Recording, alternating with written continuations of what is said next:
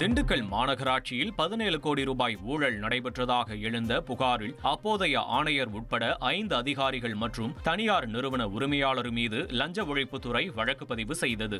திண்டுக்கல் மாநகராட்சி வரவு செலவு கணக்குகளை ஆய்வு செய்ததில் வருவாய், முதலீடு, குடிநீர் வழங்கல் நிதி ஆகியவற்றிலிருந்து 17 கோடி ரூபாய் வரை வருவாய் இழப்பு ஏற்பட்டது தெரியவந்துள்ளது. இதில் அப்போதைய மாநகராட்சி ஆணையர் மனோகர், மாநகராட்சி துணை வருவாய் அலுவலர் சாரங்க சரவணன் ஆகியோர் சுமார் 18 லட்சம் ரூபாய் சொத்து வரி முறைகேட்டில் ஈடுபட்டதாக தெரிகிறது. மேலும் சென்னையைச் சேர்ந்த ஒரு நிறுவனம் வாயிலாக திண்டுக்கல் மாநகராட்சிக்கு குப்பை தொட்டிகள் வாங்கியதற்கான மதிப்பை உயர்த்தி காட்டியதாகவும் வழக்கு பதிவு செய்யப்பட்டுள்ளது. இதன் பேரில் முன்னாள் மாநகராட்சி ஆணையர் மனோகர், முன்னாள் மாநகராட்சி துணை வருவாய் அலுவலர் சாரங்க சரவணன் உள்ளிட்ட 5 அலுவலர்கள் மற்றும் தனியார் நிறுவன உரிமையாளர் நடராஜன் ஆகியோர் மீது லஞ்ச ஒழிப்புத்துறை போலீசார் வழக்கு பதிவு செய்துள்ளனர்.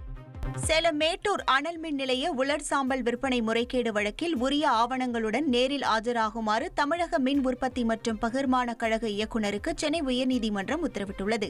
சேலம் அனல் மின் நிலைய உலர் சாம்பல் சிறு குறு நிறுவனங்களுக்கு பகிர்ந்து அளிக்கப்படாமல் தனியார் நிறுவனத்துக்கு சட்டவிரோதமாக வழங்கப்படுவதாக கூறி சென்னை உயர்நீதிமன்றத்தில் சந்தோஷ் என்பவர் மனு தாக்கல் செய்திருந்தார். இந்த வழக்கு தலைமை நீதிபதி MM ஸ்ரீவஸ்தவா, நீதிபதி சுந்தர் மோகன் அடங்கிய அமர்வு முன் மீண்டும் விசாரணைக்கு வந்தது.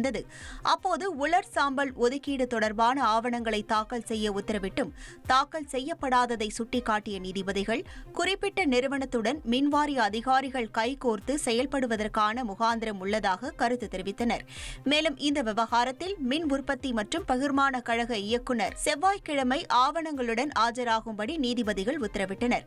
தவறினால் விசாரணையை CBI வசம் ஒப்படைக்க நேரிடும் என்றும் நீதிபதிகள் எச்சரித்தனர். சதுர்த்தி வழிபாட்டிற்காக சென்னையில் 1500 விநாயகர் சிலை வைக்க காவல்துறை அனுமதி அளித்திருப்பதாக தகவல் வெளியாகியுள்ளது. விநாயகர் சதுர்த்தி புதன்கிழமை கொண்டாடப்பட உள்ள நிலையில் சென்னையில் பொது இடங்களில் விநாயகர் சிலைகளை வைத்து வழிபாடு செய்ய அனுமதிக்க கோரி பல்வேறு இந்து அமைப்புகளின் சார்பில் காவல்துறைக்கு மனுக்கள் வந்தன.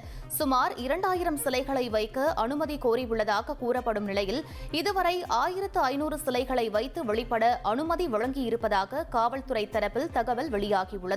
கடந்த முறை காவல்துறை அனுமதி அளித்த இடங்களில் மட்டுமே சிலைகளை வைத்து வழிபட அனுமதி வழங்கப்பட்டிருக்கிறது. சிலைகளை வைக்கும் இடங்களில் போலீசார் பாதுகாப்பு பணியில் ஈடுபடவும் CCTV கேமராக்கள் பொருத்தி கண்காணிக்கவும் உத்தரவிடப்பட்டுள்ளது. தந்தி டிவியின் சப்ஸ்கிரைபர்ஸ் அண்ட் ஃபாலோவர்ஸ் குடும்பத்தில் நீங்களும் இணையுங்க.